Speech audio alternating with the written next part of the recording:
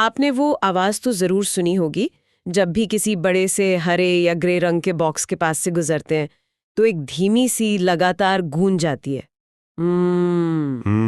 बिल्कुल। ये आवाज इतनी आम है कि हम शायद इस पर ध्यान भी नहीं देते, लेकिन ये गूंज, ये आखिर आती कहाँ से है? क्या ये कोई खराबी है या कुछ और? आज की इस गहरी पड़ताल में हम इसी रोजमर्रा की आवाज के पीछे के विज्ञान को समझने वाले हैं। और हमारे पास जो जानकारी है वो इलेक्ट्रो वायर नाम के एक चैनल की ऑडियो स्क्रिप्ट से ली गई है। अच्छा। जिसका शीर्षक है EP108 ट्रांसफॉर्मर का हमिंग साउंड क्यों आता है। तो हमारा मिशन साफ है, इस आवाज का पीछा करना। और हमारा पहला सुराग एक बड़ा अजीब सा शब्द है, मैग्नेटोस्ट्रिक्शन। मैग्नेटोस्ट्रिक्शन, हाँ। चलिए इसे खोलकर समझते हैं। बिल्कुल। और ये एक बहुत ही दिलचस्प भौतिक घटना है जो लगभग हर ट्रांसफॉर्मर में होती ही है। मतलब ये कोई खराबी नहीं है, बल्कि उसके काम करने के तरीके का एक स्वाभाविक नतीजा है। तो स्रोत के हिसाब से ये मैग्नेटोस्ट्रिक्शन है क्या आखिर? सुनने में तो बड़ा भारी भरकम शब्द लगता है। हाँ, शब्द थोड़ा मुश्किल है पर इसका मतलब काफी सरल है। स्रोत बताता है कि जब ट्रांसफॉर्मर के अंदर जो आयरन कोर होता है, हाँ, वो लोहे का हिस्सा, बिल्कुल, जब उससे गुजरने वाला मैग्नेटिक फील्ड बदलता है तो वो कोर बहुत ही सूक्ष्म, मतलब बहुत ही छोटे लेवल पर फैलता और सिकुड़ता है। सच में? मतलब लोहे का इतना बड़ा टुकड़ा फैल और सिकुड़ सकता है? हाँ बिल्कुल। ये बदलाव हमारी आंखों को दिखता नहीं है, ये नैनोमीटर में होता है। पर जब ये एक बड़े कोर में 1 सेकंड में 100 बार होता है। 100 बार? हाँ, 100 बार, तो एक लगातार कंपन या वाइब्रेशन पैदा करता है। और यही वाइब्रेशन, यही हमें गूंज या हमिंग की आवाज के रूप में सुनाई देती है। अच्छा, तो ये आवाज असल में ट्रांसफॉर्मर के कोर के बहुत तेजी से कांपने की है, जिसे हम सिर्फ सुन सकते हैं, देख नहीं सकते। बिल्कुल सही। लेकिन यहाँ पर स्रोत में एक बात है जो मेरे तो बिल्कुल समझ नहीं आई। बताइए। वो कहते हैं कि बिजली 50 हर्ट्ज पे आती है ना? हाँ, भारत में 50 हर्ट्ज। पर आवाज 100 हर्ट्ज की होती है। ये डबल कैसे हो जाता है? ये तो कोई जादू लग रहा है। हाँ, नहीं, ये जादू नहीं है, ये भौतिकी का एक बहुत ही सुंदर उदाहरण है। और स्रोत इसका बहुत सटीक जवाब देता है। अच्छा। देखिए, 50 हर्ट्ज का मतलब है कि करंट की वेव 1 सेकंड में 50 बार अपना एक साइकिल पूरा करती है। मतलब एक बार पॉजिटिव, एक बार नेगेटिव। बिल्कुल। अब यहाँ पर सबसे जरूरी बात समझने वाली ये है कि मैग्नेटोस्ट्रिक्शन का जो असर है, यानी कोर का फैलना, वो मैग्नेटिक फील्ड की ताकत पर निर्भर करता है, उसकी दिशा पर नहीं। 1 मिनट, मतलब कोर को इस बात से कोई फर्क नहीं पड़ता कि करंट सीधा बह रहा है या उल्टा? बिल्कुल सही। उसे सिर्फ फील्ड की मजबूती से मतलब है। तो जब करंट पॉजिटिव पीक पर पहुंचता है, फील्ड सबसे मजबूत होता है और कोर फैलता है। फिर करंट शून्य होता है, कोर वापस नॉर्मल हो जाता है। और फिर जब करंट दिशा बदलकर नेगेटिव पीक पर पहुंचता है, तब भी तो फील्ड उतना ही मजबूत होता है। अच्छा, हाँ, ताकत तो उतनी हुई, बस दिशा उल्टी है। एग्जैक्टली। तो कोर फिर से फैलता है। ओके, अब समझी मैं। इसका मतलब हुआ कि एक 50 हर्ट्ज की साइकिल में कोर 2 बार फैलता और सिकुड़ता है। वाओ! इसीलिए 50 हर्ट्ज की सप्लाई कोर के अंदर 100 हर्ट्ज की वाइब्रेशन पैदा करती है। तो हमें 2 गुनी फ्रीक्वेंसी की गूंज सुनाई देती है। वाह, ये तो सच में एक ऐसी बात है जिस पर कभी ध्यान ही नहीं गया। तो अगर ये 100 हर्ट्ज की सामान्य गूंज ट्रांसफॉर्मर के काम करने का एक सबूत है, तो फिर वो कौन सी स्थिति होती है जब यही आवाज एक परेशानी बन जाती है?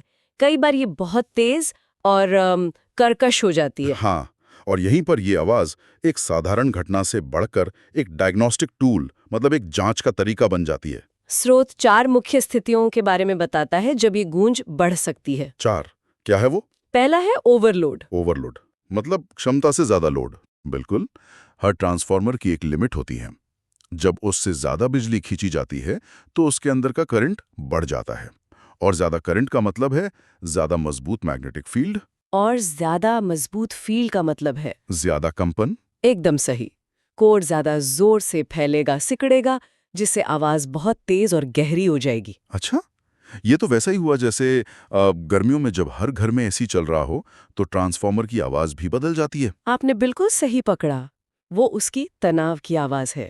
और दूसरा कारण? दूसरा कारण है ढीली लैमिनेशन। लैमिनेशन, ये क्या होती है? देखिए, ट्रांसफॉर्मर का कोर लोहे के एक ठोस टुकड़े से नहीं बना होता। अच्छा। उसे पतली पतली स्टील की परतों से बनाया जाता है। इन्हें लैमिनेशन कहते हैं। ये ऊर्जा की बर्बादी को रोकने के लिए होता है, जिससे एडी करंट्स कहते हैं। मतलब ये एफिशिएंसी के लिए जरूरी है। बहुत जरूरी। लेकिन समय के साथ लगातार कंपन और गर्मी से इन परतों के बीच का कसाव ढीला पड़ सकता है। और जब वो ढीली हो जाती हैं? तो वो सिर्फ सिकुड़ नहीं रही होती है, बल्कि एक दूसरे से टकराकर खड़खड़ाने भी लगती हैं। ओहो। इससे वो सामान्य हमिंग एक बहुत तेज कर्कश खड़खड़ाहट में बदल जाती है। तो ये वैसे ही है जैसे किसी पुरानी कार का कोई पुर्जा ढीला हो जाए और वो खड़खड़ाने लगे। बिल्कुल वही एनालॉजी है। ठीक है, तो अब तक 2 कारण हुए, ओवरलोड और ढीली लैमिनेशन। बाकी 2 क्या है? तीसरा कारण है खराब कोर क्वालिटी। मतलब बनाने में ही गड़बड़। हाँ, कह सकते हैं। ट्रांसफार्मर के कोर के लिए एक खास तरह का स्टील इस्तेमाल होता है, जिसे इस तरह बनाया जाता है कि उसमें कंपन कम से कम हो। अगर बनाने में घटिया क्वालिटी का मटेरियल इस्तेमाल हुआ है तो उसमें वाइब्रेशन स्वाभाविक रूप से ज्यादा होगा। ये तो सीधी सी बात है। बिल्कुल। अच्छी क्वालिटी का स्टील, शांत ट्रांसफार्मर। और आखिरी वाला डीसी ऑफसेट, ये वाला तो सबसे अजीब लग रहा है। ट्रांसफार्मर तो एसी पर काम करते हैं, इसमें डीसी कहाँ से आ गया? ये बहुत ही रोचक और आजकल की समस्या है। हाँ। जैसा कि हमने बात की, ट्रांसफार्मर को शुद्ध एसी वेव पर काम करने के लिए डिजाइन किया गया है। हाँ। लेकिन आजकल हमारे घरों में कई इलेक्ट्रॉनिक उपकरण होते हैं, जैसे कंप्यूटर की पावर सप्लाई, एलईडी लाइट के ड्राइवर, सोलर इन्वर्टर भी शायद। हाँ, सोलर इन्वर्टर भी। ये कभी-कभी अगर ठीक से डिजाइन ना हो तो एसी सप्लाई में थोड़ा सा डीसी करंट भी डाल देते हैं। 1 मिनट, क्या मतलब? अगर मेरे घर में कोई सस्ता चार्जर है तो वो पूरी बिल्डिंग की एसी लाइन में डीसी करंट भेज सकता है? बिल्कुल, यही होता है। हाँ। और ये छोटा सा डीसी करंट ट्रांसफार्मर के लिए जहर जैसा है। जहर? कैसे? ये डीसी करंट ट्रांसफार्मर के कोर को मैग्नेटिक रूप से एक तरफ असंतुलित कर देता है, जिसे कोर सैचुरेशन कहते हैं। इस असंतुलन से मैग्नेटिक फील्ड का पैटर्न गड़बड़ा जाता है और वाइब्रेशन बहुत ज्यादा अनियमित और तीखी हो जाती है। मतलब गूंज की आवाज और भी बढ़ जाती है, काफी बढ़ जाती है, और उसकी प्रकृति भी बदल जाती है। ये एक ऐसी समस्या है जो ट्रांसफार्मर की उम्र और कुशलता पर बहुत बुरा असर डालती है। तो इन सब का मतलब क्या है?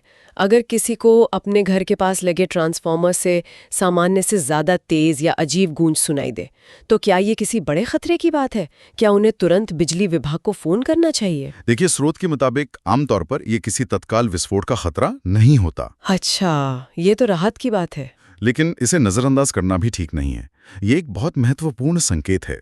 तेज गूंज का साफ मतलब है कि ट्रांसफार्मर पर किसी तरह का तनाव है या उसमें कोई अंदरूनी समस्या पनप रही है। जैसे लगातार ओवरलोडिंग या ढीली लैमिनेशन? बिल्कुल, ये एक तरह से उस उपकरण की सेहत का हाल बता रहा है, जैसे डॉक्टर स्टेथोस्कोप से दिल की धड़कन सुनते हैं। तो ये एक चेक इंजन लाइट की तरह है। एकदम सही।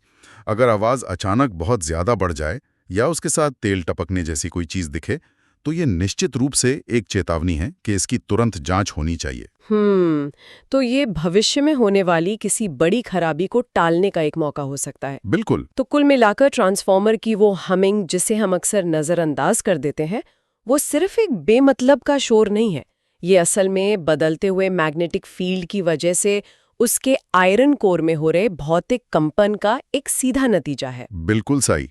ये उसके काम करने का, भौतिकी के नियमों का पालन करने का एक जीवंत सबूत है। और उस आवाज का तेज या धीमा होना हमें बता सकता है कि ट्रांसफार्मर ठीक से काम कर रहा है या उस पर दबाव है। हाँ, ये उसकी हालत बताने वाला एक अनकहा संवाद है, जिसे बस समझने की जरूरत है। स्रोत ने अंत में इसे बहुत ही काव्यात्मक अंदाज में कहा है, जो मुझे बहुत पसंद आया। अच्छा? वो कहते हैं, अगली बार जब आप ये गूंज सुने तो याद रखना वो ट्रांसफार्मर फिजिक्स का संगीत बजा रहा है। वाह, ये तो बहुत खूबसूरत नजरिया है ना? हाँ। और इससे एक और दिलचस्प सवाल उठता है जिस पर हम सोच सकते हैं। वो क्या? अगर ये गूंज ऊर्जा का ही एक रूप है, यानी ध्वनि ऊर्जा और कंपन की ऊर्जा, तो इसका तकनीकी रूप से मतलब है कि ये ऊर्जा की एक बहुत छोटी सी बर्बादी भी है। बर्बादी? कैसे?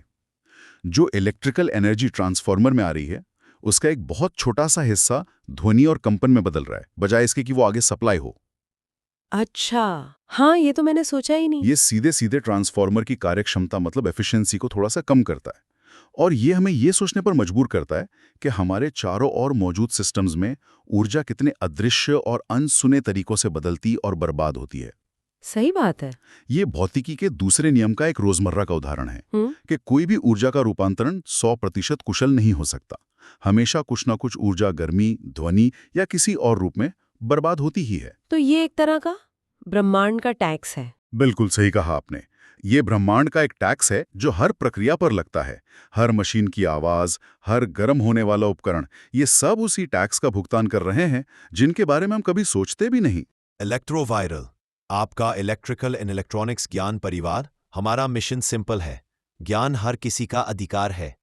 हम पूरे भारत में सही, हाई क्वालिटी टेक्निकल नॉलेज पहुंचा रहे हैं। आप सिर्फ सब्सक्राइबर नहीं, इस ज्ञान क्रांति का हिस्सा है। वीडियो को लाइक, शेयर और सब्सक्राइब जरूर करिए ताकि ये ज्ञान उन लोगों तक पहुंच सके जिनको इसकी सबसे ज्यादा जरूरत है।